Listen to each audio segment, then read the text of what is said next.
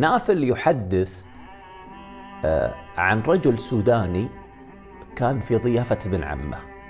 ابن عمه مهتم بالإبل، ففي سوداني متخصص في نقل الإبل. كيف نقل الإبل؟ عنده سيارة دينة. سيارة دينة هذه يا جماعة الخير لها حوض كبير بحيث أنهم ولها ونش حتى يشيل فيه الناقة ويحطها في حوض السيارة الدينة وينقلها من مكان إلى مكان. قد يحتاجه أهل الإبل في نقل بعض النياق، وخصوصا النياق الغالية، نقلها من مكان إلى مكان. المهم هذا السوداني سأله ابن عم نافل وقال له: كلمني عن أعجب قصة لك، أنت في السعودية من 25 سنة، في قصة غريبة صارت لك؟ قال: والله صارت لي قصة مرعبة وغريبة جدا. تفضل قول. قال: أنا أقول لك. قبل حوالي 14 سنة اتصل برجل من ملاك الإبل في النعيرية. النعيرية يا جماعة من المنطقة الشرقية في السعودية. يقول اتصل علي وقال لي: أنا عندي ناقة أبغى أنقلها من النعيرية إلى الصمان، والصمان منطقة برية معروفة وواسعة ومترامية الأطراف.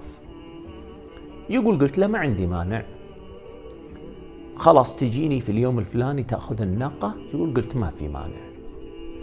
يقول في ذيك الأيام كان أخوي لسه جاي من السودان جديد، فأنا أبغاه يتعلم على الصنعة ويتعلم على الشغلة، فكان راكب معي ومتجهين إحنا لوين؟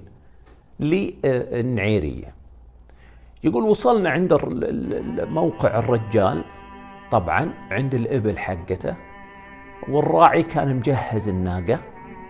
يقول أخذناها وحملناها، يقول حوالي على الساعة 10 بالليل حملناها على ظهر السيارة الدينة وانطلقنا.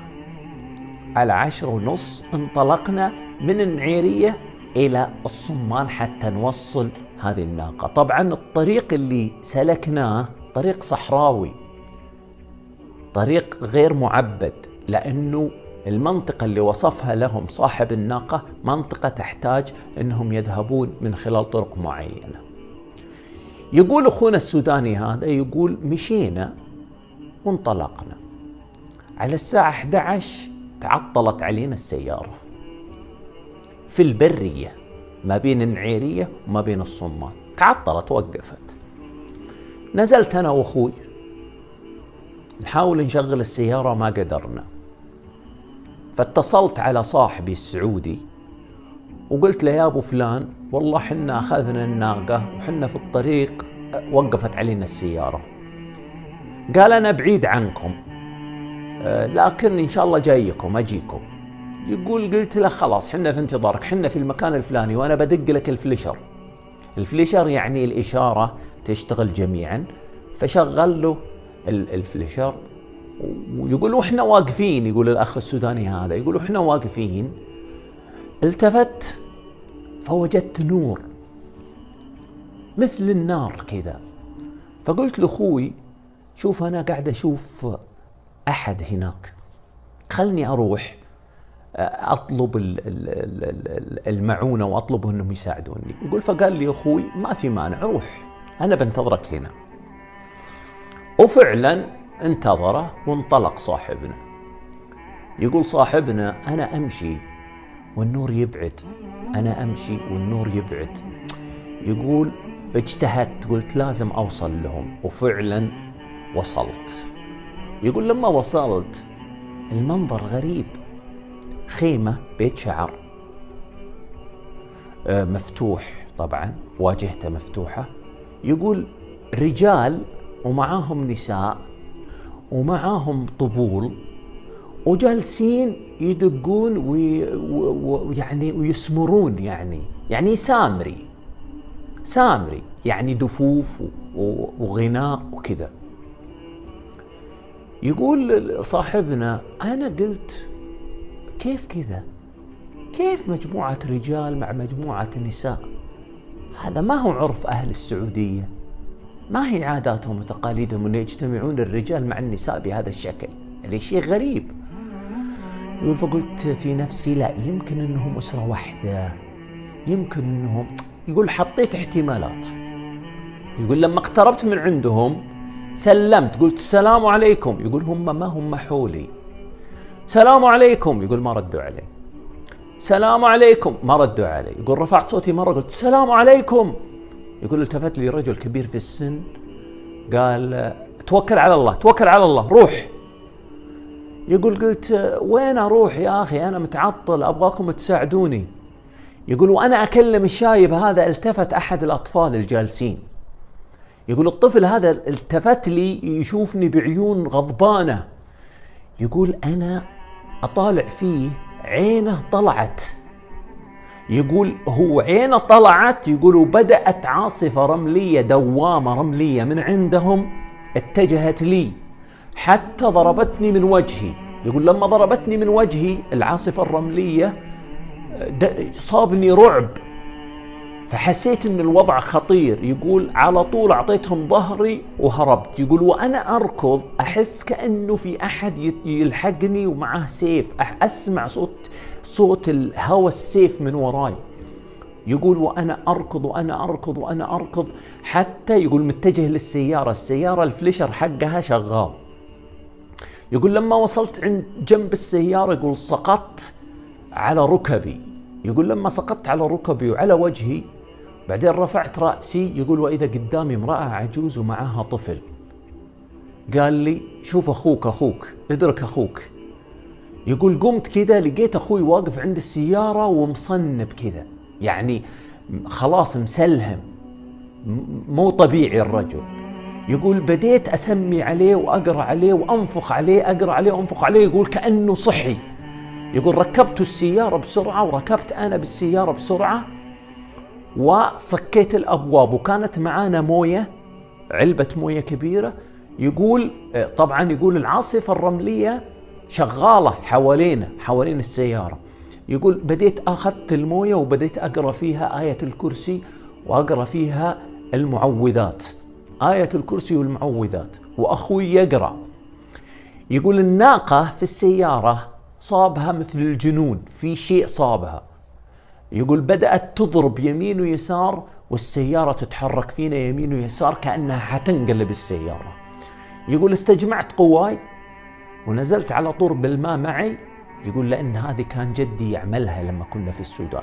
يقول نزلت بالماء معي علشان أصب الماء حوالين السيارة. يقول وأنا أحاول أصب الماء حوالين السيارة يقول أشوف زول شخص يمر كذا بسرعة، ولما يمر الناقة تزيد في حركتها من الخوف والرعب والدوامة الرملية شغالة.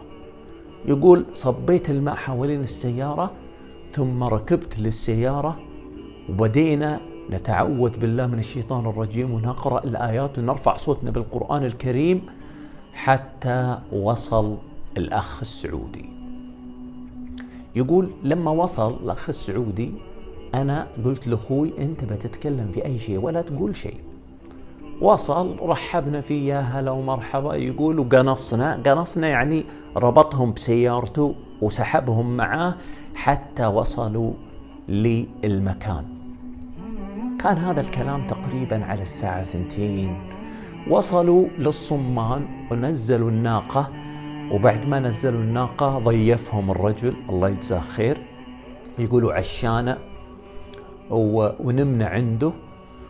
وبعدين لما أصبحنا قلت له الموضوع، قلت له اللي حصل معانا. يقول خفت أنا أنه ما يصدقني، فلما قلت له الموضوع قال لي يا أخي المنطقة اللي أنتم كنتم فيها منطقة خطيرة وكلنا نعرفها، أنه صارت فيها أحداث كثيرة وفيها جن من شرار الجن ويتعرضون للناس ويؤذون الناس. لذلك أنا استغربت يعني أنكم سبحان الله وقفت فيكم السيارة في ذاك المكان وحمدت الله أنه ما حصل لكم شيء. قال له والله هذا اللي حصل لنا. قال الحمد لله على السلامة، لكن المنطقة هذيك احنا متعارفين عليها ونعرفها. شوفوا يا جماعة الخير، هذا والله أعلم أنه من جنس أبو نويرة أو أبو فانوس. اللي حنا بعض الأحيان نشوفه في البرية. وهذا أبو فانوس خطير جدا، يعني هو في الحقيقة ينوي إضلال الناس في البرية. كثير من الناس لما يروحون بسيارتهم للبر ويتعطلون يطلع لهم هذا أبو نويرة، فيظنون أنه ناس موجودين، فتمشي وراه تمشي وراه تمشي وراه، فيحاول يضيعك في البرية. وكثير من الناس حصلت لهم هذه القصص. خلونا ننتقل العطرنا الرابع. قصتنا الرابعة يا جماعة الخير قصة تاريخية جميلة صراحة. الربيع هو مولى وخادم أبو جعفر المنصور. أبو جعفر المنصور يا جماعة الخير هو أحد حكام الدولة العباسية، وهو الثاني بعد أبو العباس السفاح. وكان أبو جعفر المنصور معروف بالشدة والذكاء والشجاعة. وتعرفون أنتم أن الدولة العباسية قامت على أنقاض الدولة الأموية. كانت الدولة الأموية ثم قامت الدولة العباسية بعدها، وحصل قتال شديد وعظيم ما بين العباسيين والأمويين. وصل خبر لأبو جعفر المنصور، يقول الربيع وصل خبر لأبو جعفر المنصور إن فيه رجل، هذا الرجل عنده ودائع وأموال لبني أمية. كانوا بني أمية يودعون عنده الأموال ويحطونها عنده يحفظها لهم. هذه الكلام اللي وصل لأبو جعفر المنصور. فأبو جعفر المنصور طلب من الربيع المولى الخادم إنه يحضر له هذا الرجل. وفعلا جابوا الرجال، رجال كبير في السن جابوه. فدخل على الخليفة أبو جعفر المنصور، السلام عليكم. وعليكم السلام. حيا يعني سلم على أمير المؤمنين ورحب به أمير المؤمنين. قال له أمير المؤمنين يا فلان. قال نعم. قال بلغنا أن عندك ودائع وأموال لبني أمية، أبي منك تعطيني إياها كلها ولا تبقي عندك ولا هللة. فقال له الرجل يا أمير المؤمنين أنت وارث بني أمية ورثتهم أو وكلوك على أموالهم؟ فسكت أبو جعفر المنصور ثم رد عليه قال له لا، أنا لن وارث ولن وصي عليهم، لكن الأمويين ظلموا الناس وأخذوا أموال الناس، وأنا وكيل الناس الآن وحاكمهم، أبي أخذ هذه الأموال وحطها في بيت مال المسلمين. فقال له يا أمير المؤمنين إن كان عندك بينة أو دليل إن المال اللي عندي لبني أمية من المال اللي غصبوه من الناس فعطني دليلك وعطني بينتك علشان أعطيك المال.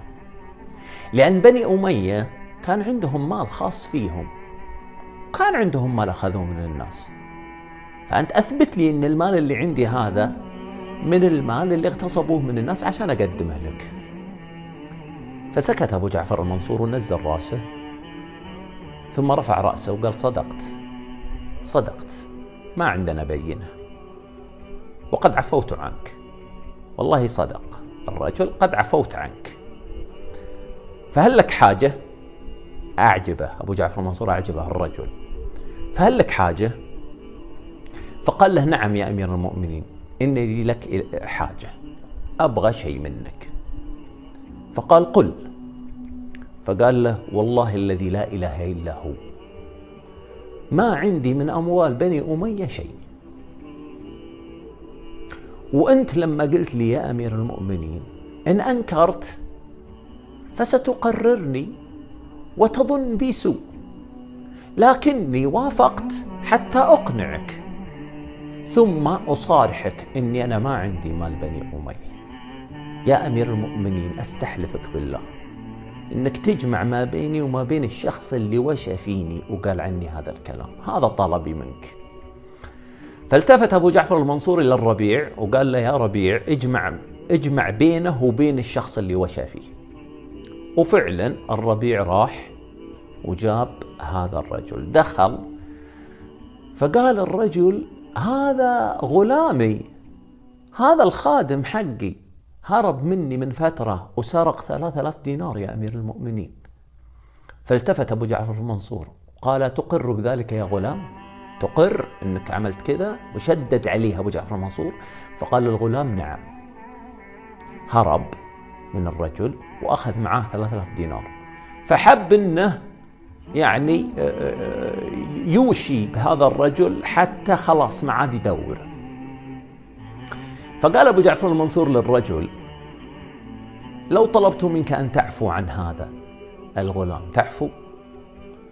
قال: نعم يا أمير المؤمنين، قد عفوت عنه وقد اعتقته، وال3000 اللي أخذها مني مسامحة فيها وبعطيه 3000. فقال له أبو جعفر المنصور: والله لقد تفضلت وزدت.